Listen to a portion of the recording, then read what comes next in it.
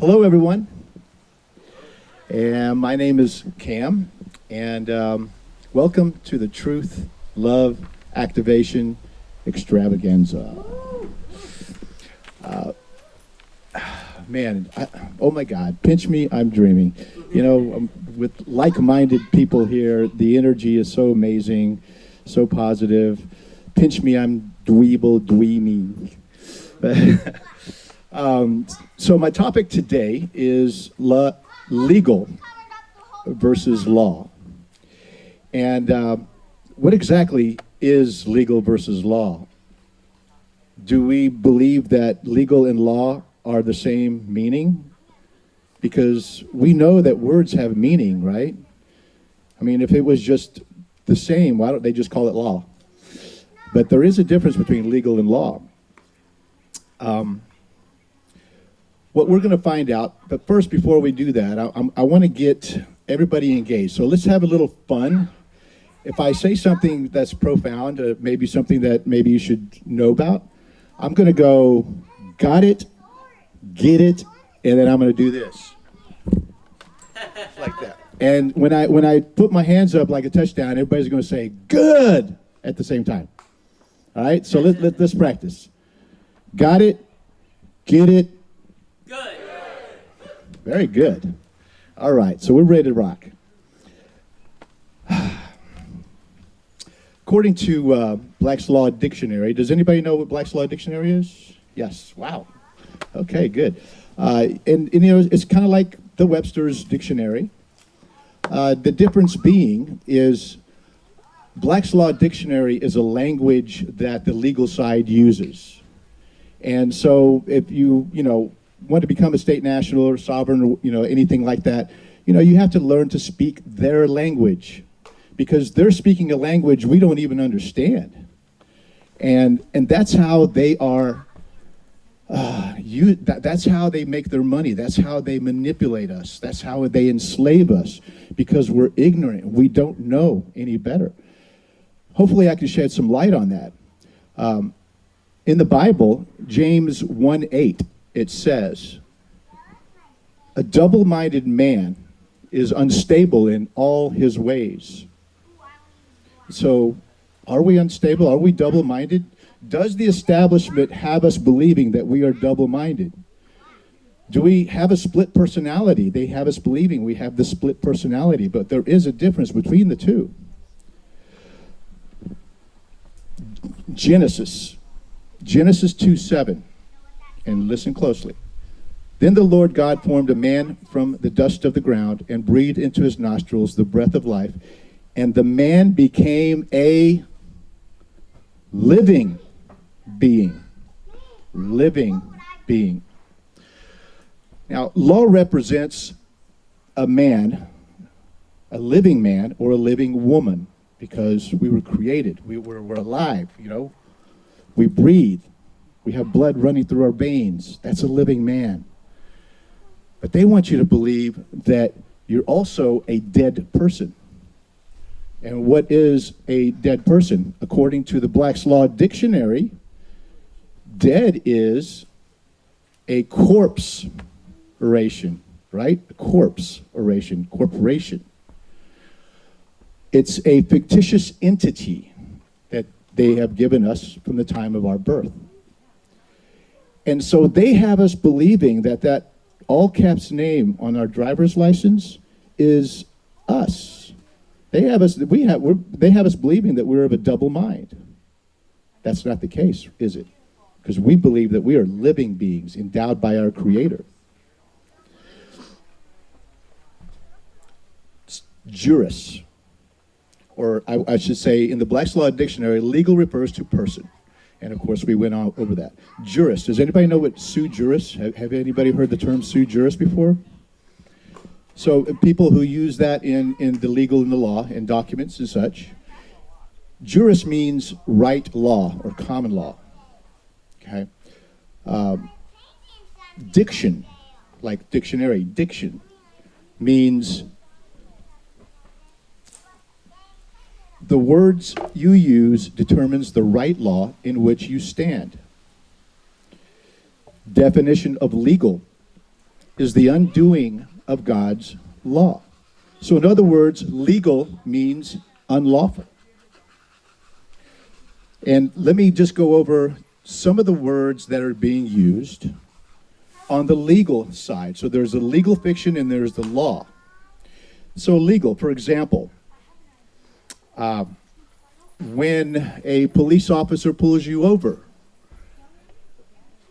the police officer is actually a living being, a man pretending or acting as though he's a police officer, because he's a man. Police officer, we're talking about titles, right? Titles. Mr. is a title. Mr. Rezapour, Mr. They're addressing you in the legal fiction. And you go, yes, that's me. But that's not you. Mr. or Mrs. Smith, not you. Police officer is title. Teacher, preacher, president are all men and women acting on that title because they're not real. And so let's move to contract. What is a contract? Does anybody know what a contract is? The contract is a negotiable instrument where it requires a wet ink signature from two parties, right? They cannot, and if you stand firm on this, they cannot, and they may try to intimidate you, but they cannot really technically put you in jail. But if they do, then that's another deal, because now you can slap a fee schedule on them for kidnapping you. But you have to stand and you have to be strong on contract. I do not consent. The contract needs to be required for two ink signatures. Now in the courtroom, it requires the judge's signature, it requires the prosecutor's signature, and it requires your signature. Without your signature, the business is, because it's a business transaction, right? Because what is a person? A person is a corporation, and they're doing business with your corporation. And so they need your signature in order to complete the deal. But if you stand firm, and I know they have intimidated us, they use, threats against us. And when we get in that courtroom, we just freeze up. Okay, I'll just agree with whatever you say, and hopefully I'll get a lighter, fee or sentence or whatever it is. So you have to understand that a contract is a voluntary consent between two parties. Even your income taxes. Do we have to pay income taxes? Yeah, some of us believe we do, right? Because we continue to pay those income taxes because we're afraid we're going to go to jail, because they're going to, they might come after us. Now, if you've signed a contract already, a W-4, because the guy is saying, hey, will you pay me $10,000 every year? Just sign here and just pay me $10,000. Okay, no reason at all. This is a gang of thieves, okay? They're taking your money. And they're doing it by the mafia standard way. Intimidation, fear. That's how they run the system. Job. What is job in the legal sense of the word? A job is to do something illegal for illicit gains, according to Black's Law Dictionary. That's their language. A person or U.S. citizen slave does a job for an income. A man or woman may do a job if they wish, but they will pay a tax. Why? Because you've consented to a contract. License, permission to do something under statutes and codes that would be otherwise unlawful, because it's legal, right? What is legal? Fiction. Legal fiction. Not guilty. A verdict rendered against a person. Now, when you're in a courtroom, the judge says, how do you plead? Guilty or not guilty? Your attorney He's sitting there right beside you because he's on your side, right? Well, we know that the attorneys are foreign agents that are licensed by who? That's right, the British Crown and the Vatican. All right, so bar. Does anybody know what the meaning of bar is? Can you break it down? British Accreditation Registry. How many times have you heard that the attorneys are licensed by the Bar Association? That's good old Crown, right? And so he's going, just say you're not guilty. Say you're not guilty. I got you. Not guilty, Your Honor. Boy, you feel good, right? What did you just do? What did you just do? Anybody know? Yes, absolutely. You do not, whether you're guilty or not guilty, you don't plead. You do not plead. You stand up and you tell them, no contract. And then keep your mouth shut. Don't say another word. Oh, okay. Well, then you, Cam, you want to get, I'm going to find you in contempt of court. I'm going to put you in jail. I said, well, if you do that, I have a fee schedule here for kidnapping, and if you care to do that, I charge $100,000 a day each day that I'm in jail. And it is real. Trust me, it is real. There's a fee schedule, and we took that fee schedule from them. Okay, so it is real. We just have to understand how to file the fee schedule with the court. That's another story for another time. Just giving you a general idea. Income. What does the legal income mean? A form of compensation for labor that comes with duties and obligations. A means by which slavery can be imposed by making a man or a woman pay a tax, consenting to a tax. So you can do that. If you're, living men and women can do that. They're allowed to do that. If you consent, you can do it. Let's move on to law. We finished legal. Everybody pretty clear on the legal? Yeah? Yep. Okay. Law is reality. Law is common law. Agreement. What is an agreement? Agreement is a meeting of the minds between two or more of mankind. Autograph. What is an autograph? There's a difference between autograph and signature, right? Now, a signature is on the legal side. Even though we kind of use it loosely, still okay. But an autograph is a creation of a man or a woman. What a man or woman adds to something, he or she creates. A woman autographs notices, or perhaps because she creates them, paintings. That's an autograph. It comes from you. It comes from your soul. So when you sign something, you're not doing your signature, you're autographing. We went through sui juris, work. What is the meaning of work in the law context? Is when a man or woman gives of their energy and labor. Those of mankind that have the right to work and to be compensated for their labor. Right? Okay, so we, the sovereigns or state nationals, we believe, we know, according to common law constitution, that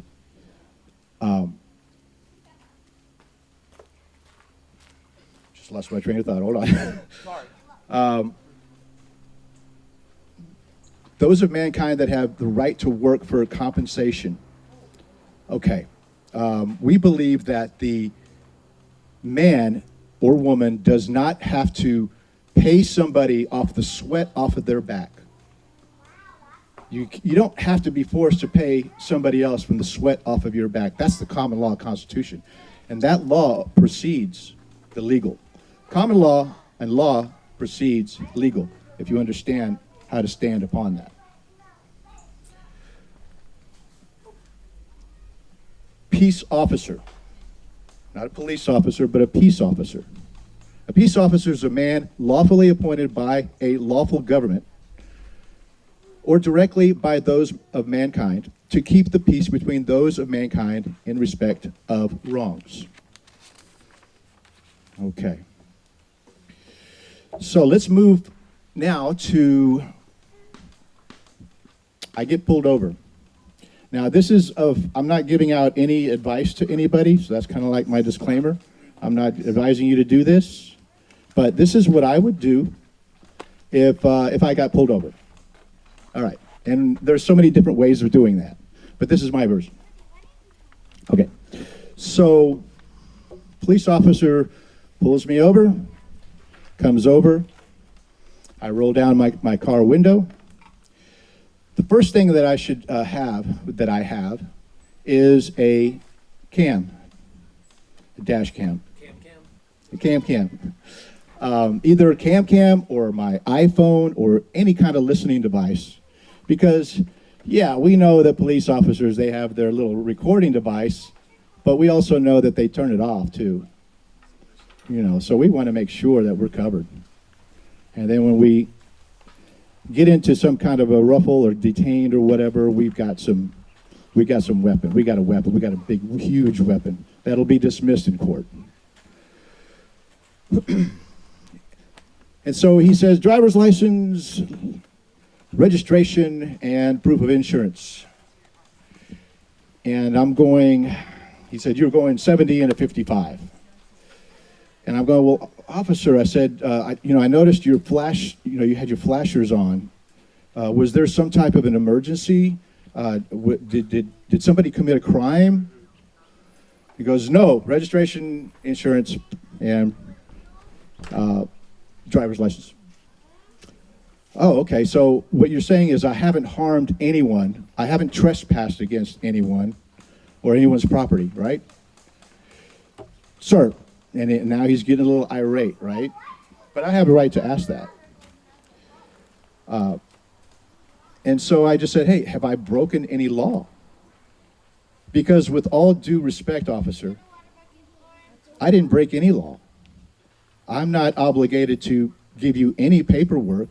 If you say that I committed a crime, then that would be a different story. Have I committed a crime? You have to establish whether you committed a crime. Traffic violation is not a crime. And that police officer cannot act as a witness. So here's another little gold nugget for you. You go in court, you ask the judge, I would like to question the person who made this claim, this crime. Is there a witness? Crickets. Well, Mr. Rezapour, there's no witness. Can you convict somebody without a witness? No. Okay. And so basically I just say, according to California Code 260, Section A and B, proves that a traveler such as myself has a right to travel without a driver's license. That is your law. I'm using your law. You're legal. I'm using that. This is according to California Code, which is legal. So you use it and you turn around and use it against them. Their own legal system you can use against them. Just remind them of their oath of office and remind them, who they are. So he starts yelling, and then I will say, okay, and you don't want to get the officer too irate, you just say, okay, officer, is that an order?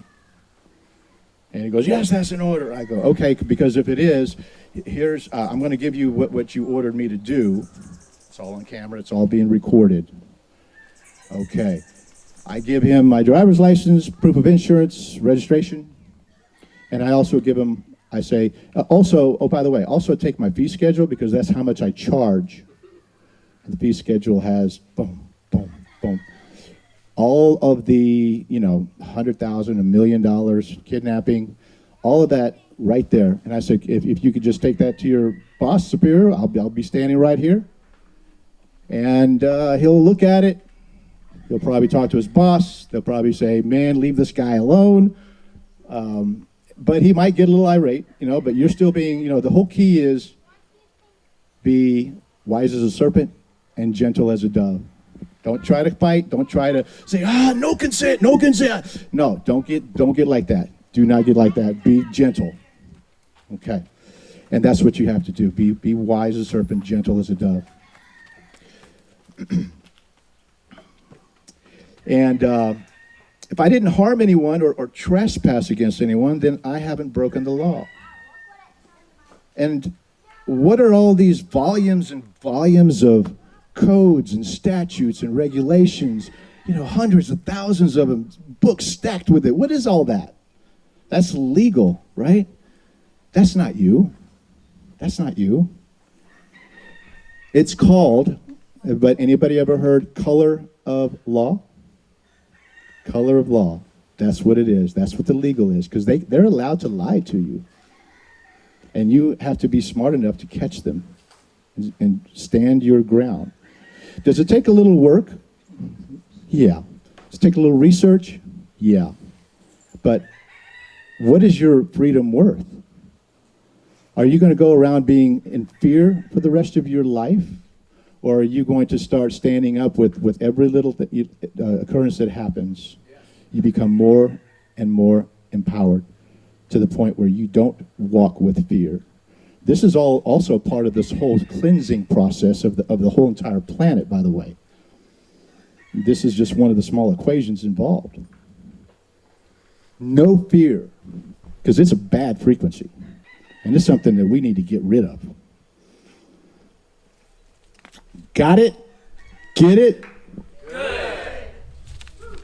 All right. Now, I have one more thing to share with you. I'm not sure if I want to go into the court. Yeah, okay. Let me just do this real quick. Okay, so you have to go to court, right? You got to go to court. All right, and I'll be quickly here.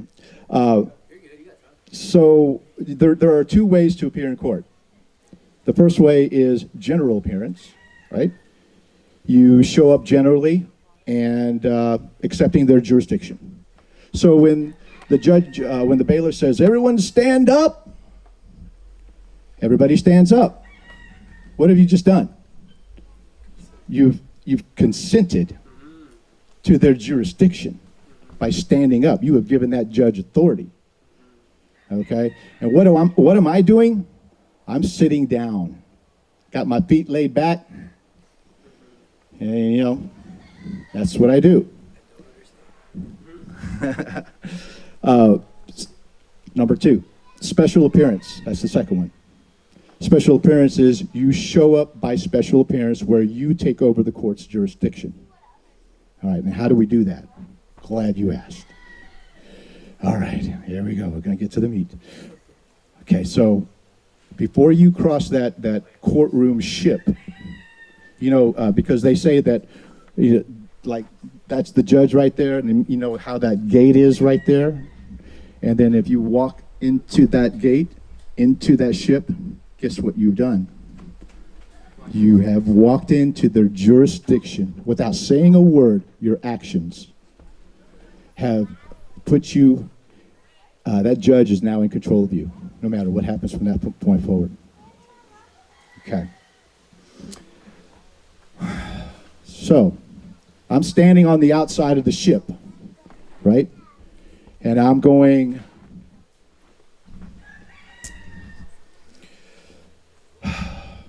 what I do is I say, I'm here by special appearance to settle this matter, to call for a constitutional court of record, and I stand firmly on my rights. By the way, Judge, are we being recorded? Just want to make sure. Are we being recorded?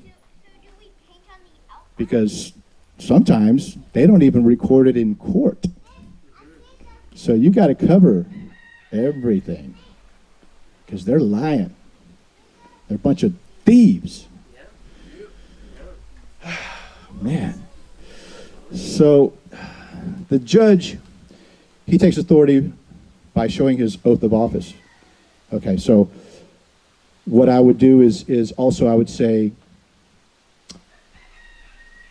do you claim to derive your authority over me based on your oath of office and any other state requirements, such as your bond, proof of bond? So oath of office, proof of bond. Most of the judges have not abided by their oath of office. And this is where we're coming into the school districts. And we're laying down the law with these school districts. And we're saying, show your oath of office. Show your proof of bond. Because if you don't, I'm going to contact your insurance company, and you're going to be out of a job. And we are slowly turning the tide with these schools of the children being forced to wear masks, of the children being forced to take injections.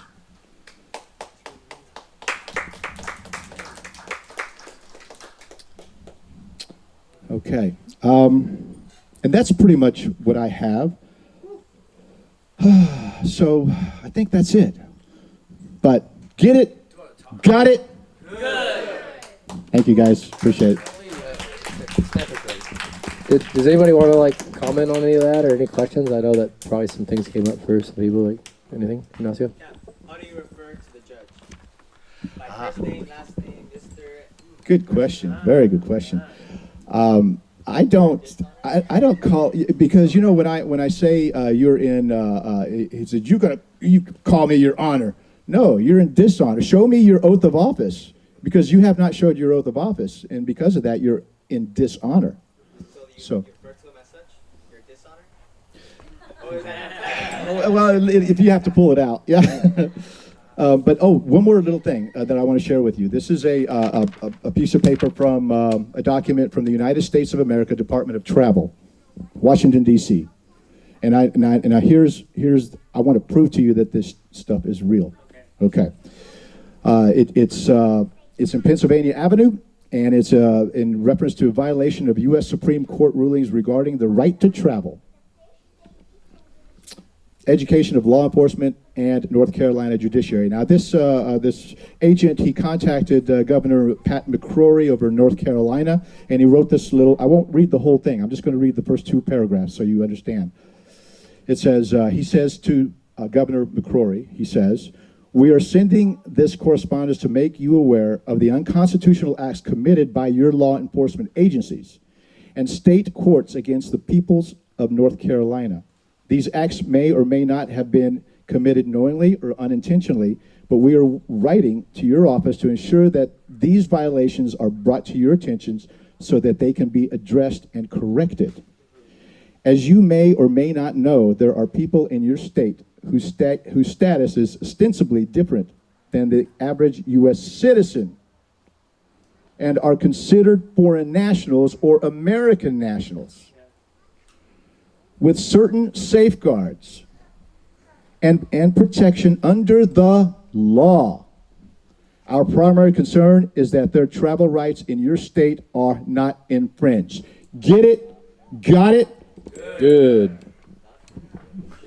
Yeah, I've seen some videos of some different people. Someone Paul Enslaved, some of you might be familiar with, that he records a lot of his interactions with police officers, and a lot of times it goes his way, and they very quickly understand that he knows what he's talking about, and that he's kind of establishes that. And sometimes he gets put in jail and gets his car impounded too.